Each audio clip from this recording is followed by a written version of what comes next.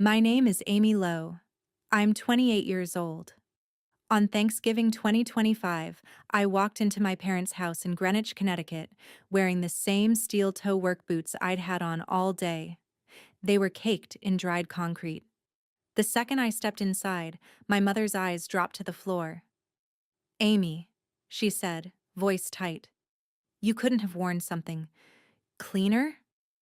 I looked down. My boots had left gray tracks across her $800 Persian rug. 17 relatives went dead silent. My father set down his wine glass, loud enough for everyone to hear. "This," he said, pointing straight at me, "this is why we can't have nice things. Manual labor brings shame to our name." My younger brother Justin smirked from the couch. My mother grabbed a napkin and wiped the exact spot where my hand had touched the marble counter, like I was dirty. Then my grandfather, 82 years old, sitting at the head of the table, slowly pushed his chair back. He stood up, looked my father dead in the eyes, and said, very calmly, "Should I tell them what your name used to be?" They had no idea what those boots had really built. They had no idea those boots had already walked job sites worth more than their entire house. And they had no idea that in exactly 11 days, I would be standing on a stage in front of 300 people, including every single person in that room, while my grandfather dropped the one truth they had spent their whole lives trying to bury. But before I tell you what happened on that stage, and before I tell you the secret I'd been hiding for years, please, take a moment right now. If this story is already hitting you in the chest, hit that like button and subscribe. And drop a comment below. Tell me where you're watching from right now. And have you ever been made to feel ashamed of the work you do? I read every single comment. Let's start this story together. Now, let me take you back. Because this story doesn't start at that Thanksgiving table. It starts years before that, in a town where what you do for a living determines who you're allowed to be. I grew up in Greenwich, Connecticut. If you don't know Greenwich, here's what you need to understand. It's one of the wealthiest towns in America. Median household income is over $180,000. Old money, hedge fund managers, attorneys, doctors. People who measure success by the college decal on your car and the title on your business card. My family moved there in 1998, when I was 1 year old.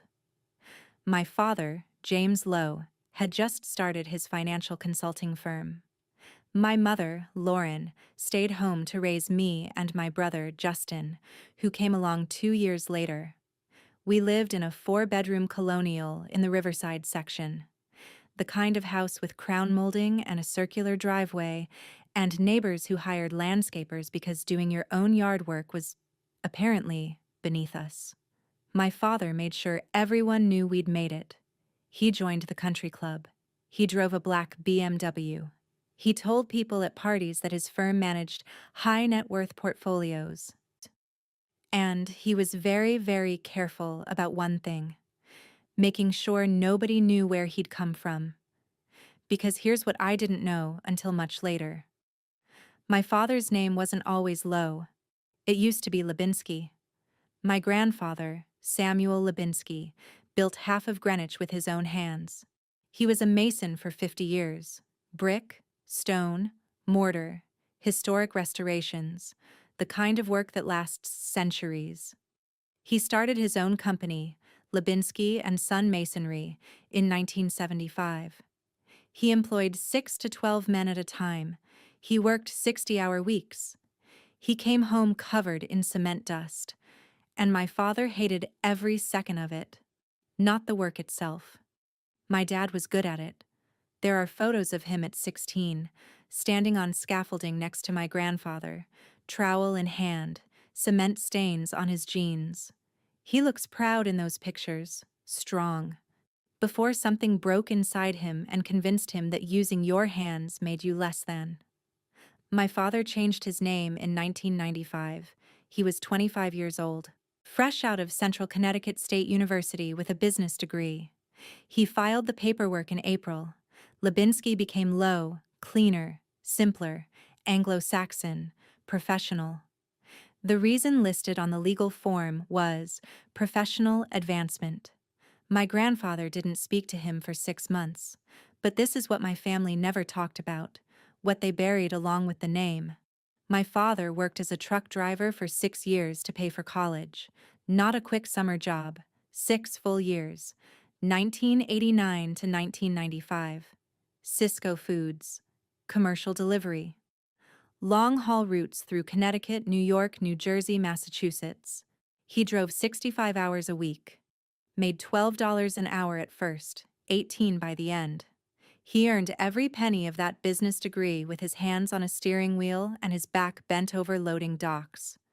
And when he finally graduated, when he finally got that office job and that business card, he rewrote his entire history. He told my mother he'd worked in logistics. Technically true. He told his colleagues he came from a small business family. Also technically true. But he never, ever mentioned the truck, or the cement, or the man who'd taught him what hard work actually looked like. By the time I was born in 1997, James Lowe was a self-made professional. The Lubinsky chapter was closed. My grandfather sold his masonry company in 2003 for $180,000. Not much, barely enough to retire on. My father was embarrassed by how small the number was. I didn't know any of this growing up. I just knew that my grandfather was different, quieter. His hands were scarred and calloused. He wore flannel shirts and work boots to family dinners, and my mother always seated him at the far end of the table, away from the guests she wanted to impress. And I loved him. When I was 12, in the summer of 2009, I spent 3 months working with him. He was doing a small residential job in Norwalk, a patio rebuild for a family named Richards. I was his helper. I mixed mortar. I carried bricks.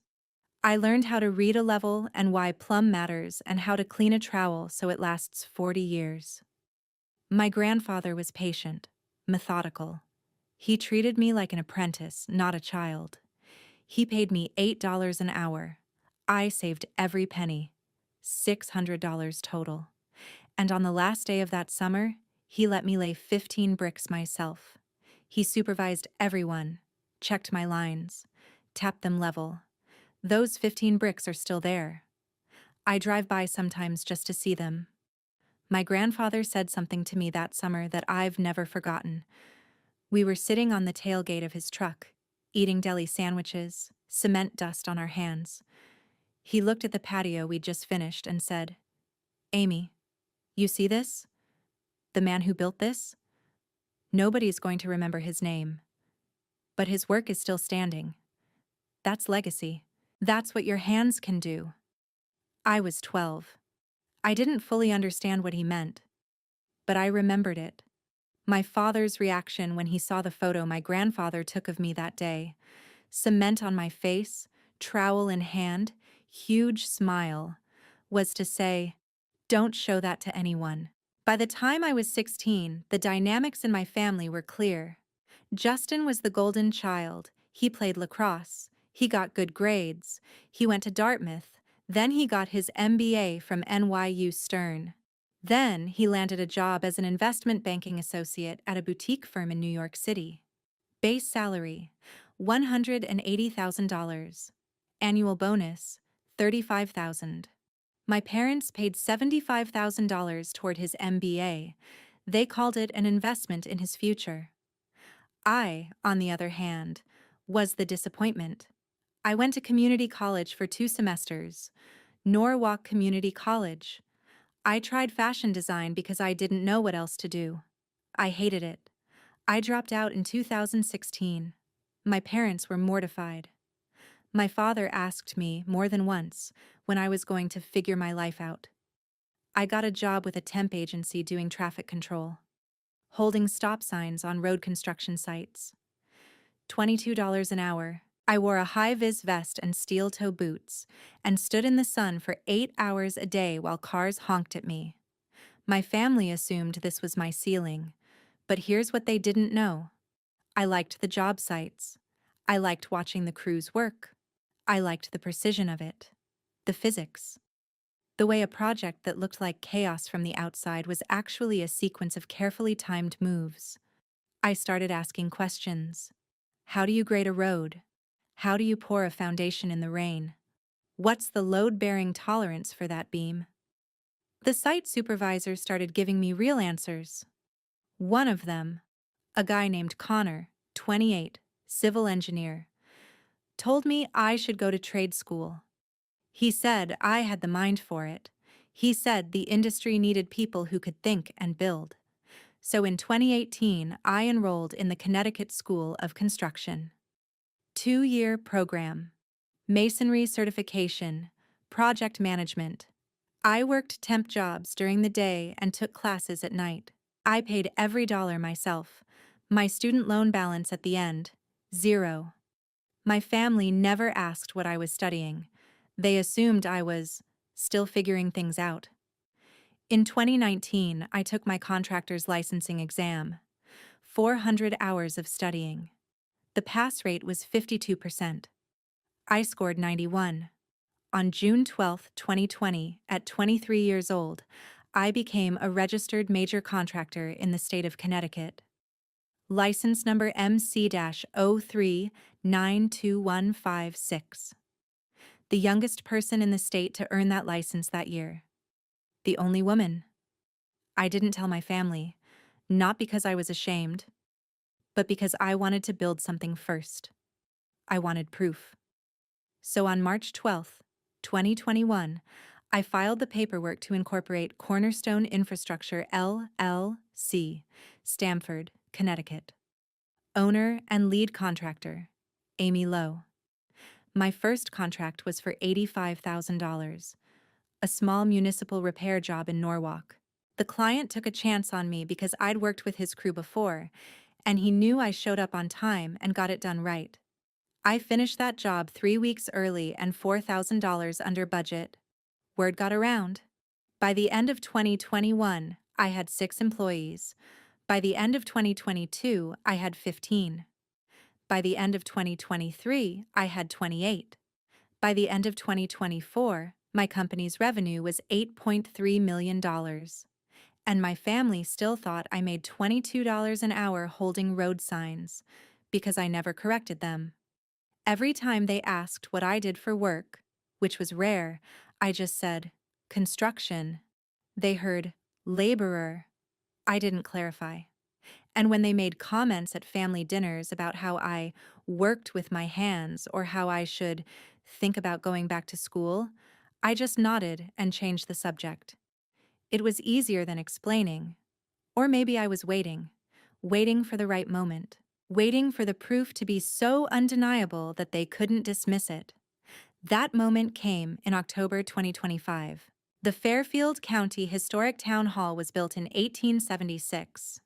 Beautiful building, brick and stone, arched windows, the kind of structure that makes you believe in permanence. By 2024, it was falling apart.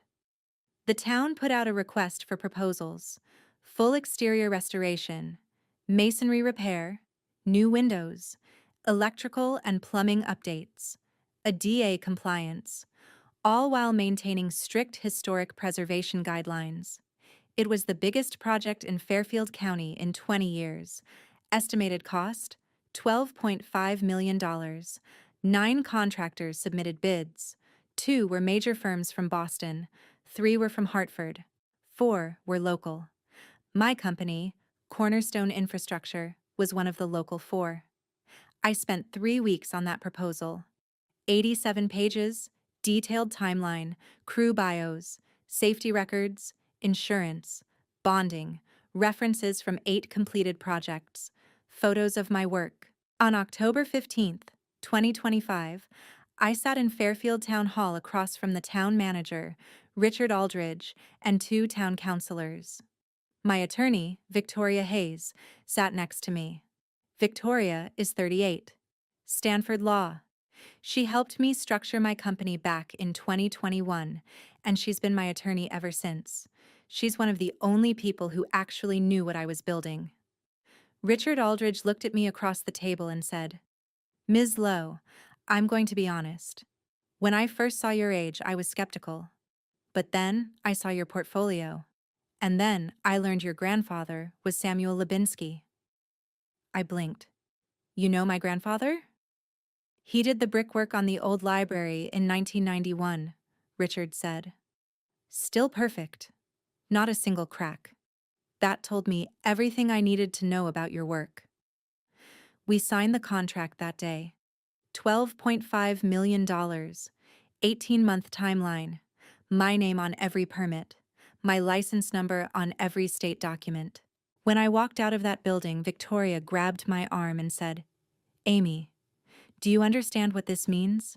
Your name is going to be everywhere, on state documents, municipal permits, press releases. You can't hide this anymore." I looked at her. "I'm not hiding. I'm just not announcing." She shook her head. "You're 28 years old. You just won the biggest contract in the county. You need to own that." "I will," I said, "when the time is right."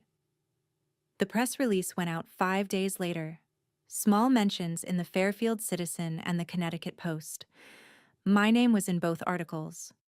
Amy Lowe, owner and lead contractor, Cornerstone Infrastructure, LLC. My father's consulting firm supplies construction materials to contractors across Connecticut. He reads every industry newsletter, every permit filing. He never saw my name. Or maybe he did. And he chose not to believe it. Let me tell you about the dinners. Because the Thanksgiving blow-up wasn't the first time my family made it clear I didn't belong. Christmas 2023. 22 people at my parents' house. My mother set up 2 tables. The main table where the adults sat. And the kids' table. A folding table in the corner for my cousin's children. Ages 8 to 12. My mother looked at me and said, "Amy, honey, maybe you'd be more comfortable at the other table? You know, with the kids? You come straight from work, and you're a bit, you know." She gestured vaguely at my hands. My hands were clean, scrubbed, short nails, but calloused. I sat at the kids' table without arguing, between an 8-year-old and a 10-year-old. They talked about Minecraft. I smiled and nodded, and when the 8-year-old, my cousin Ethan, asked me, "Why are you at the kids' table? You're a grown-up." I couldn't answer. I left after dessert. 8:45. Drove home crying. Easter 2024.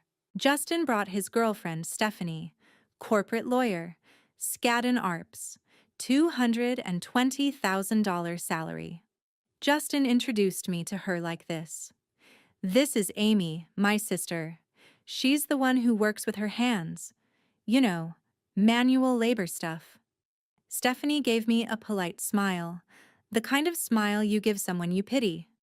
Later, I overheard Justin talking to her in the kitchen. I was 6 feet away. He said, "Yeah, Amy's different. She does construction or something. Road work, I think.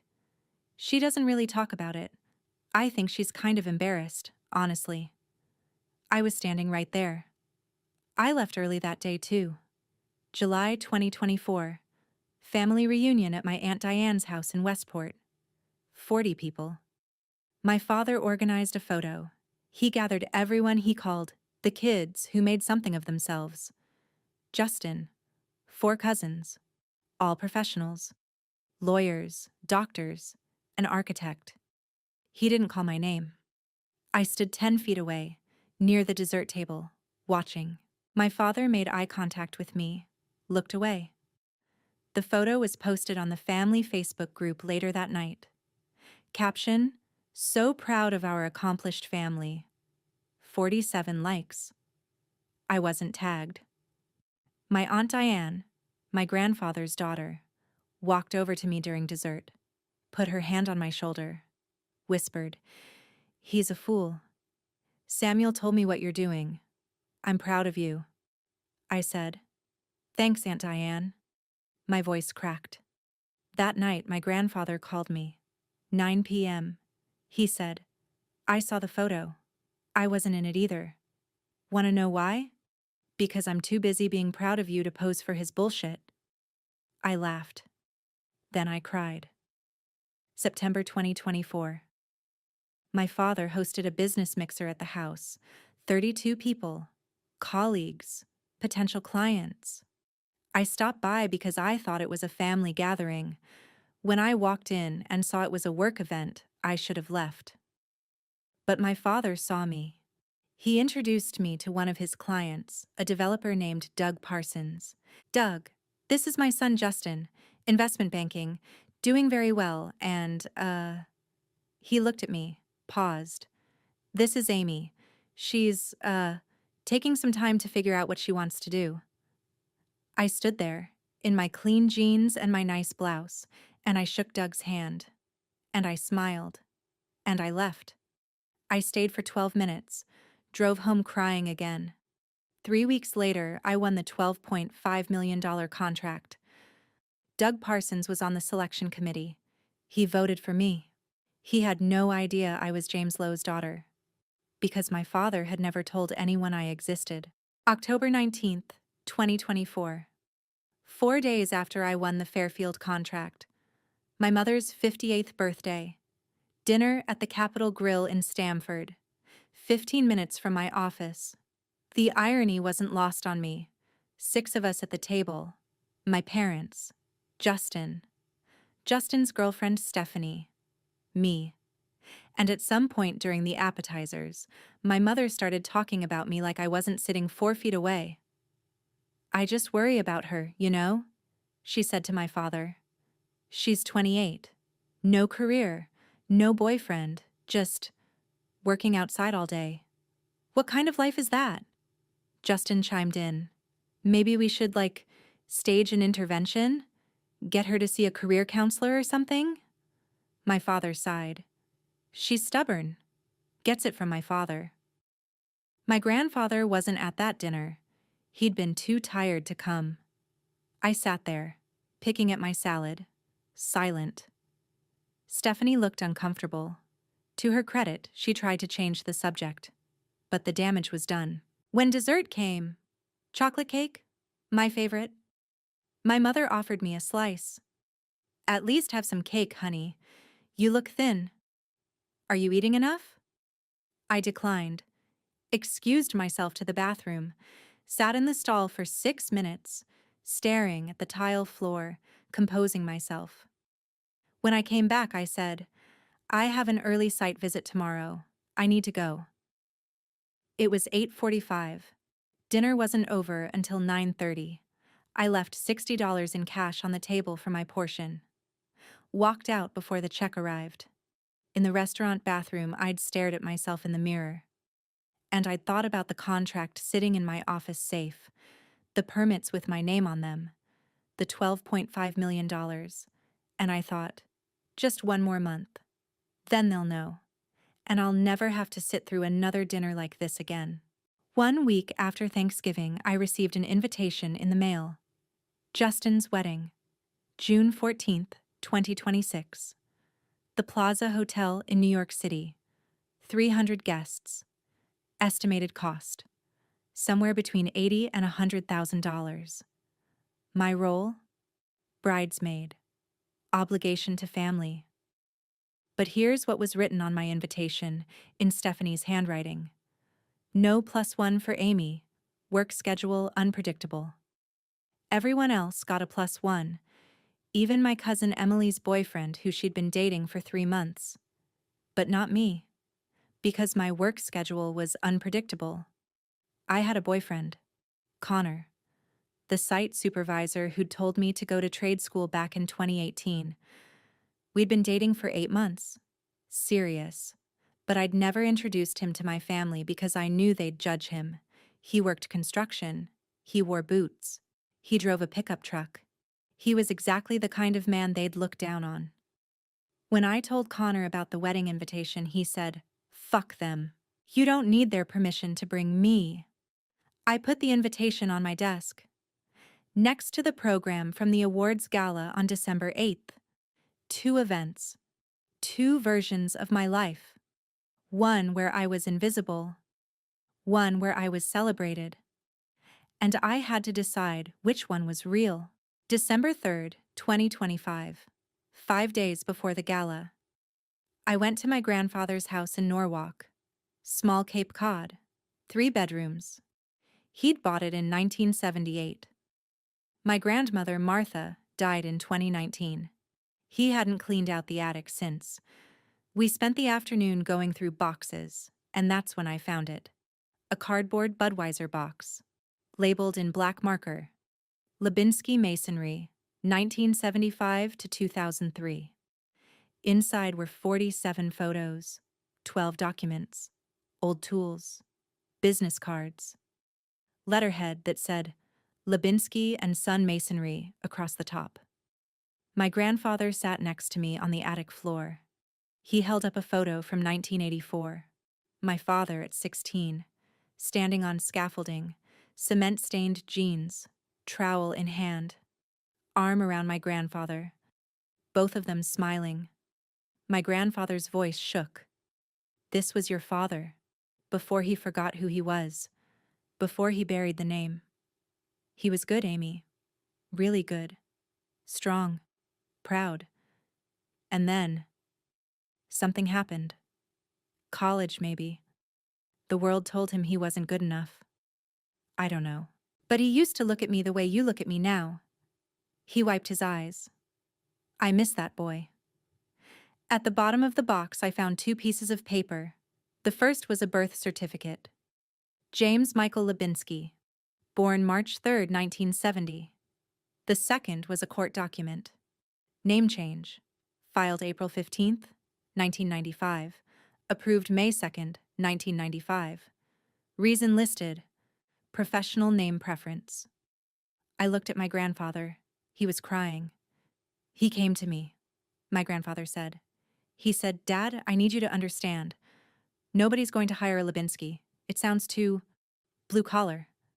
I said, Son, that name built you. And he said, Dad, that name will bury me. My grandfather's voice broke, and he walked out. I found one more thing in that box.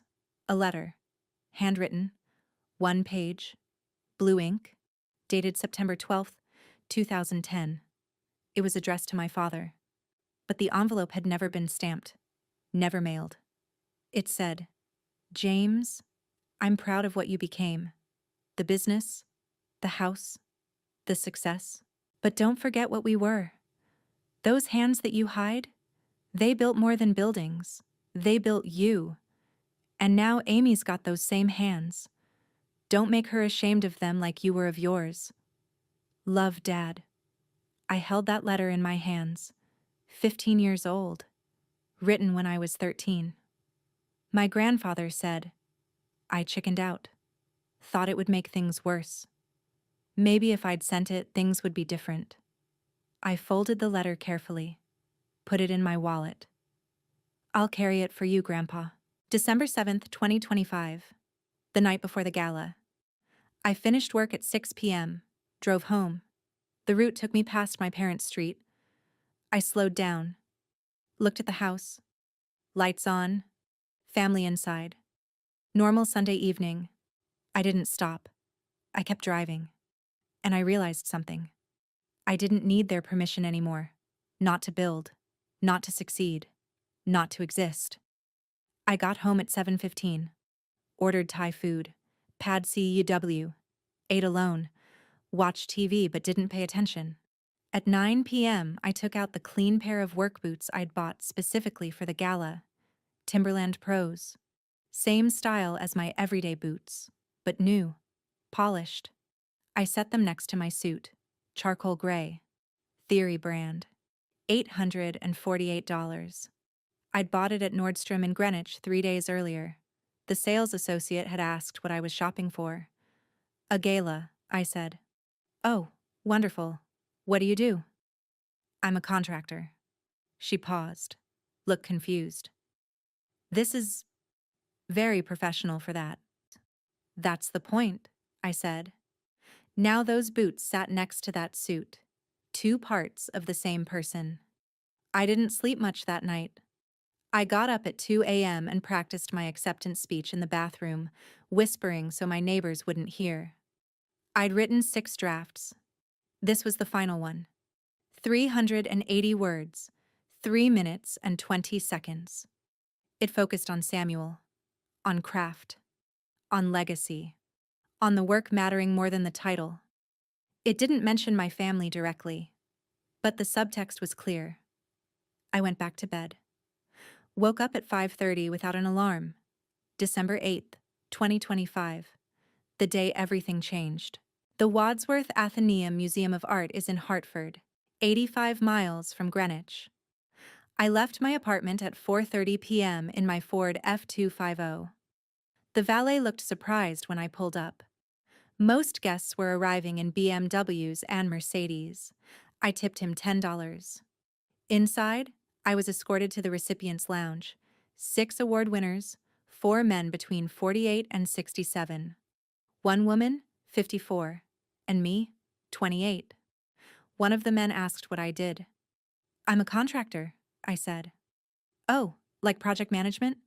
"No," I said. "I run a construction company." His face changed. Surprise. "How old are you?" 28. "Wow, good for you." I smiled. Didn't respond. At 6:45, the event coordinator came in. 15 minutes. Family and guests are being seated now. I looked toward the main hall. Somewhere out there, my parents were sitting down. Table 8, sponsor table. They'd arrived at 6:15. I knew because I'd checked the sign-in sheet. They had no idea I was here. At 6:52 p.m., my father opened the program, flipped through it, stopped at page 8. His face went pale. My mother leaned over. "James, what's wrong?" He handed her the program, pointed. She looked. Her hand went to her mouth. There was my photo. Professional headshot. Taken at my office. Next to it, Amy Lowe, owner and lead contractor. Cornerstone Infrastructure LLC. Recipient of the Preservation Excellence Award for the Fairfield County Historic Town Hall Restoration, $12.5 million project. Justin noticed. "What? What is it?" My father handed him the program. Justin stared, then pulled out his phone, Googled Cornerstone Infrastructure Connecticut. My company website came up. Projects. Photos of me on job sites. Hard hat. Clipboard. Clearly in charge. He clicked on the About Us page, my bio, my credentials, my license number. He showed my parents. My mother whispered, "This can't be right. Amy works road crew. She holds signs. She makes $22 an hour." My father said, voice tight, "She never told us that. We assumed." Justin scrolled, found an article from October. Fairfield County awards historic restoration contract to local firm. He read it out loud. Owner Amy Lowe, 28, said the project honors the history of the building and the skilled tradespeople who built it. Silence at table 8. Doug Parsons, my father's client, the developer who'd voted for my bid, leaned over. "Jim, is that your daughter? The contractor?" "Holy shit, I voted for her on the Fairfield committee. Had no idea she was related to you. She's phenomenal." My father couldn't speak. The lights dimmed. A voice came over the speakers. "Ladies and gentlemen, please welcome our Master of Ceremonies, Dr. Richard Aldridge." My father grabbed my mother's hand. Hard. My mother whispered, "What do we do?" My father said, "We watch. And we pray she doesn't humiliate us in front of 300 people." Justin, under his breath, "We already humiliated ourselves." Richard Aldridge took the podium. White hair, 60-ish. Town manager of Fairfield for 15 years. "Our next award," he said, "recognizes excellence in historic preservation. The Fairfield County Historic Town Hall, built in 1876, had fallen into disrepair. Multiple contractors said it couldn't be saved affordably, but one contractor, a young woman who learned her trade from her grandfather, a master mason, saw what others didn't. She saw legacy. She saw history worth saving. Behind him, slides appeared on the screen. The town hall in 1876. Beautiful. Then the town hall in 2024. Crumbling brick. Broken windows. Then the restoration plans. My designs. Then permits. My name. My license number. MC-0392156. Richard continued. She placed the winning bid, $12.5 million, and at 28 years old she became the youngest contractor to win a project of this scale in Connecticut history. Applause started. Ladies and gentlemen, it is my honor to present the Preservation Excellence Award to Amy Lowe, owner and lead contractor of Cornerstone Infrastructure, LLC. The room erupted. I walked onto the stage from the side. My boots, the polished timberlands, clicked on the hardwood. Click, click, click. Camera flashes. 300 people standing. I saw table 8. My father. Frozen. My mother. Hand over her mouth. Justin. Phone still in his hand. I saw table 12. My grandfather. Standing. Crying. Hand over his heart. I reached the podium, shook Richard's hand, turned to face the crowd, and I began. Thank you. I'm honored to receive this award. But I'm not standing here alone. I'm standing on the shoulders of every person who taught me that building isn't just a job, it's a calling. My grandfather, Samuel Lubinsky, was a mason for 50 years. He taught me that your hands can create legacy, that the work matters more than the title, that you don't need permission to build something meaningful. You just need skill, integrity, and the courage to put your name on it. When I started my company 4 years ago, people doubted me. I was young. I was a woman. I came from a family that valued other kinds of success. But I learned something important. The people who doubt you aren't the ones who matter. The people who see your worth, those are your people. This building, the Fairfield County Historic Town Hall, was built in 1876 by workers whose names we'll never know. But their work is still standing. And in 2027, when this restoration is complete, I hope people will walk through those doors and remember, someone cared enough to preserve this. Someone honored the past while building the future. My grandfather used to say, the work speaks louder than the name on the business card. And I believe that. But I also believe this. The name matters. The name you choose. The name you honor. The name you refuse to bury. To everyone who's ever been told their work isn't good enough, smart enough, or valuable enough, this award is for you. For every person who builds with their hands and their heart. Thank you. The room exploded. Standing ovation. Applause that didn't stop. I held the crystal award. Heavy. Engraved. Amy Lowe. Preservation Excellence Award 2025. I stepped off the stage, and then something happened I didn't expect. My grandfather stood, walked toward the stage. Slowly. Event staff looked confused but didn't stop him. He was 82. Who was going to stop an old man? He took the microphone. Silence fell. My grandfather stood at that podium, looked out at 300 people, and said, "Excuse me, I'm Samuel Lubinsky, Amy's grandfather. I wasn't supposed to speak tonight, but I'm 82 years old, and I've been quiet for too long. That's my granddaughter. Her real name is Amy Lubinsky Lowe. She built what I couldn't. She honored the name her father tried to bury. 40 years ago, my son, James Lowe, sitting right there at table 8, changed his name because he was ashamed of being a laborer's son, ashamed of these hands. He held up his hands, scarred, calloused. Hands that built half of Greenwich, hands that put him through college, hands that he called a disgrace. 2 weeks ago, at Thanksgiving, he called Amy a disgrace for working construction, for wearing work boots, for doing the same honest work I did, the same work he did before he decided it wasn't good enough. Amy didn't know I'd be here tonight to say this, but I promised myself, if she ever got the recognition she deserved, I'd make sure everyone knew the truth. The name Lubinsky isn't a shame. It's a legacy. And she's carrying it forward. James, my son, I love you. But you're wrong. And tonight, in front of all these people, I'm setting the record straight. Our name, her name, is something to be proud of. He set the microphone down, walked back to table 12, sat. The room was silent for 5 seconds. Then applause. Scattered at first, then building. Then a standing ovation. For my grandfather. For truth. I stood backstage, watching on a monitor. Crying. 20 minutes later, backstage, I was doing press photos when my father appeared. Amy. His voice was tight, controlled. I turned. We need to talk.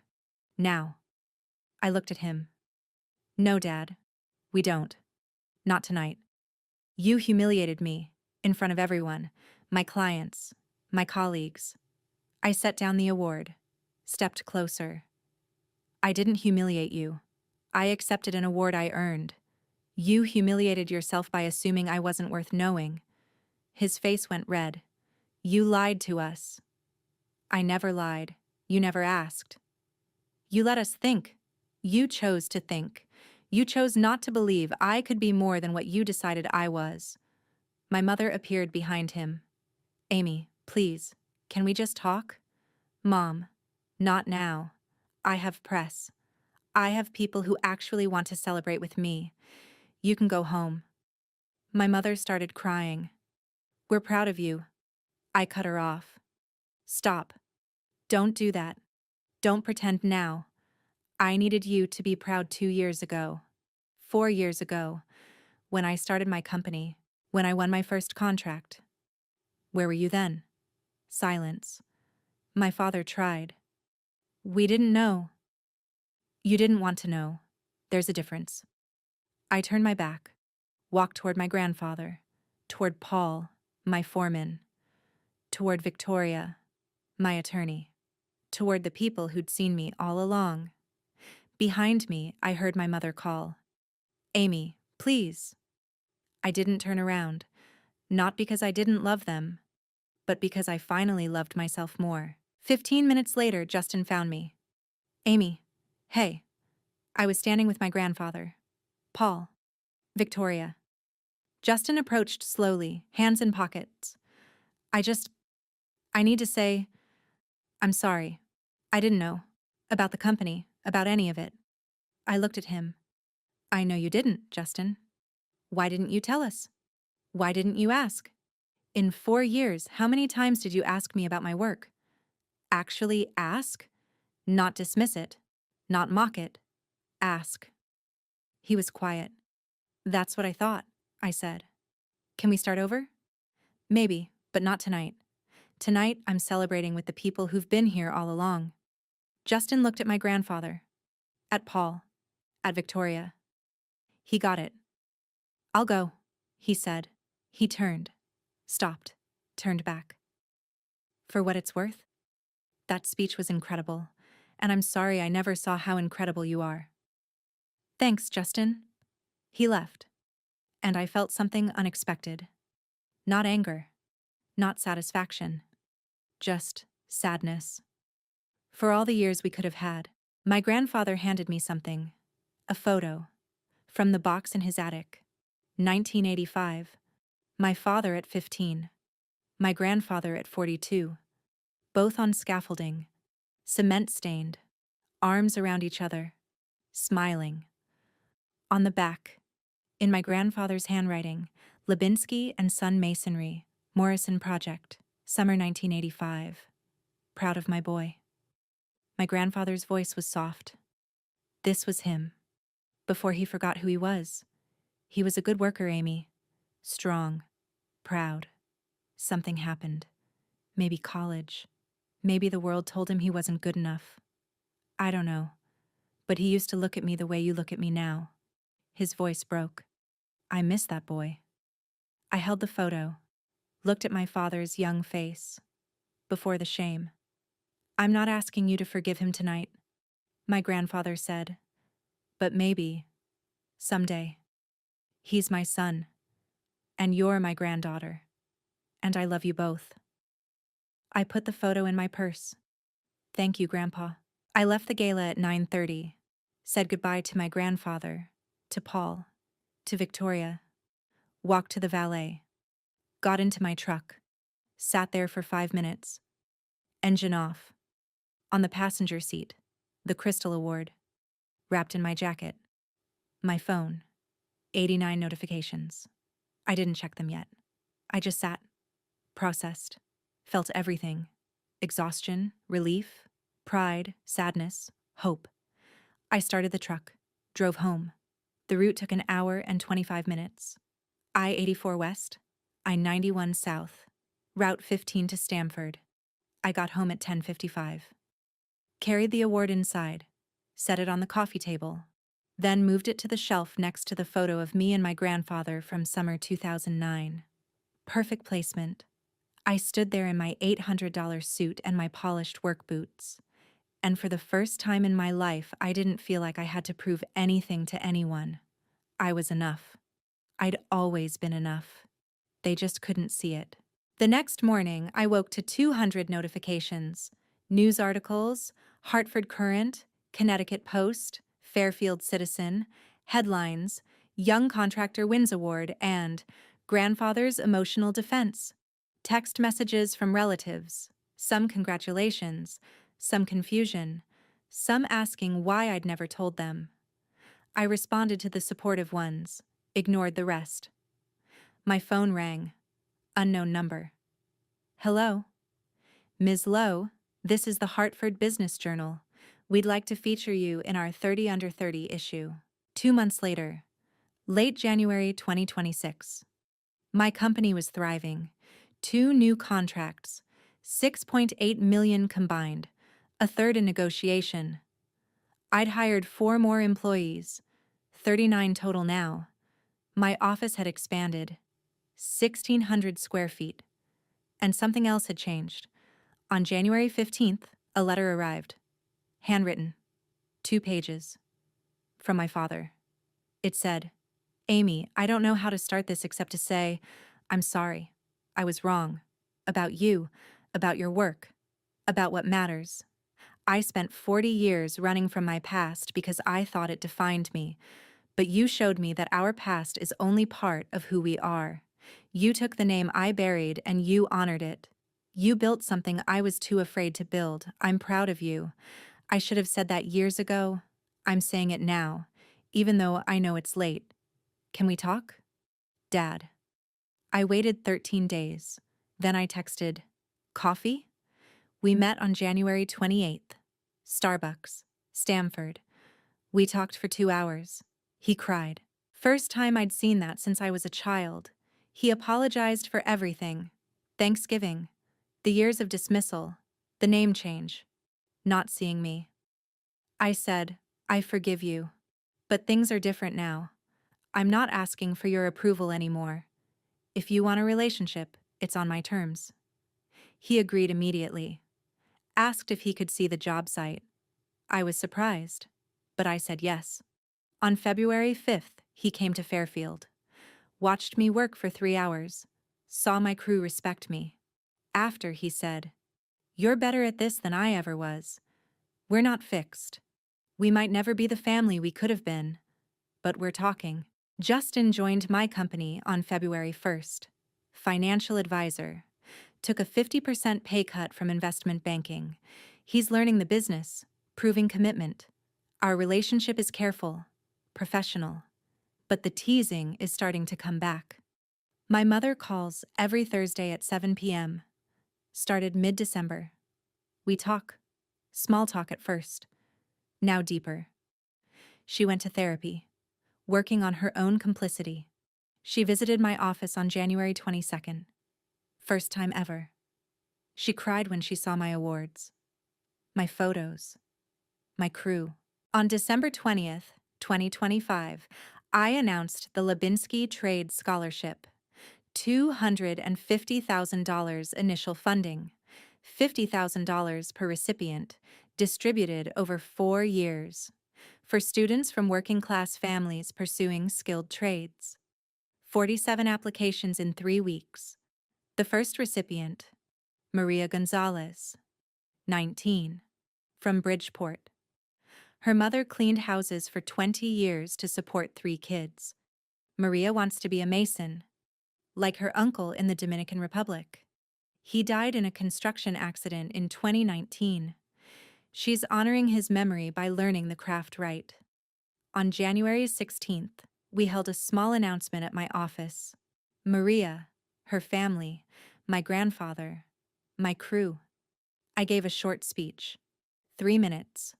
Afterward, Maria's mother, Rosa, grabbed my hands. Rough, calloused from 20 years of cleaning.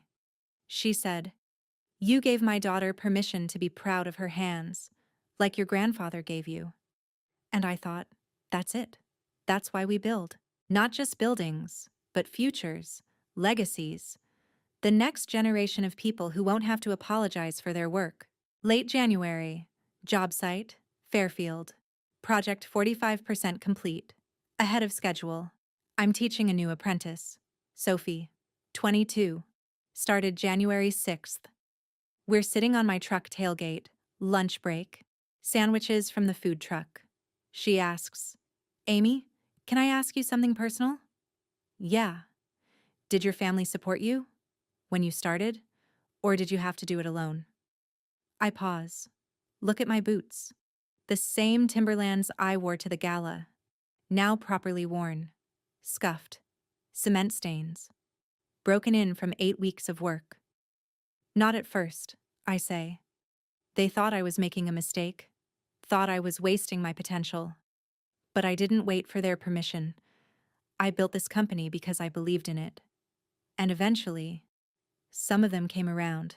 My dad and I had coffee 2 weeks ago. First real conversation in years. Some didn't come around. And that's okay too. But either way, I built something that's mine, that's real, that matters. That's really brave, Sophie says. I shake my head. No, it's just honest work. That's all it's ever been. End of the day. 4:30. Sophie leaves. Waves. "See you tomorrow, Amy." I stay. Walk the site. Inspect the masonry. Run my hand over the bricks. Check the mortar. Stand back. Look at the building. Half restored. Beautiful. Pride. Quiet. Deep. I drive home. Past my parents' street. No heavy feeling anymore. Just neutral. Maybe even warmth. Home is home now. Sanctuary. My office. Late January afternoon. The walls tell the story. Awards shelf. Preservation Excellence 2025. Women in Construction 2024. Hartford Business Journal 30 Under 30 recognition. Samuel's trowel in a shadow box. Engraved, Samuel Lubinsky 1943 to 2026. He's still alive. Still here to see it. Photos, 12 total. Gala night, Samuel's speech, scholarship announcement, job site progress, crew celebrations. A framed quote I chose after the gala. "Legacy isn't what you're given, it's what you build." Samuel Lubinsky. He said that to me when I was 12. My company sign, updated January 5th, Cornerstone Infrastructure, LLC, Amy Lubinsky Lowe, owner and licensed contractor, registered major contractor number MC-0392156, honoring the legacy of Lubinsky Masonry, established 1975. My grandfather cried when he saw that last line. On my desk, blueprints for 3 active projects. Hard hat, yellow, embroidered, A. Lubinsky Lowe. Coffee mug, gift from my crew, says Best Boss. Samuel's watch on my wrist, Timex from 1985, leather band worn soft. I wind it every morning. A framed photo, new, added January 20th. Me, my grandfather, Paul. Gala night, formal wear, huge smiles, Caption in my handwriting, my real family. I still wear the same work boots. Only now, when I walk into a room, everyone stands up. Not because I proved my family wrong, but because I proved myself right. The name Lubinsky isn't buried anymore. It's on my license, on my business cards, on permits for buildings that will stand 100 years. My grandfather taught me that your worth isn't measured by the job title your parents want. It's measured by the legacy you build with your own 2 hands. And I built something. Not to prove a point, not to get revenge, but because this is who I am. This is who I've always been. I'm Amy Lubinsky Lowe. I'm a contractor. I own a multi-million-dollar company. I wear work boots. I get my hands dirty. I build things that last. And I'm proud.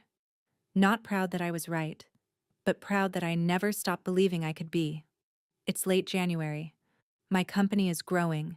My family is healing. Slowly. My grandfather is still here to see it.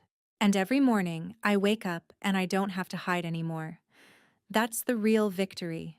Not the award, not the vindication, but the freedom to be exactly who I am.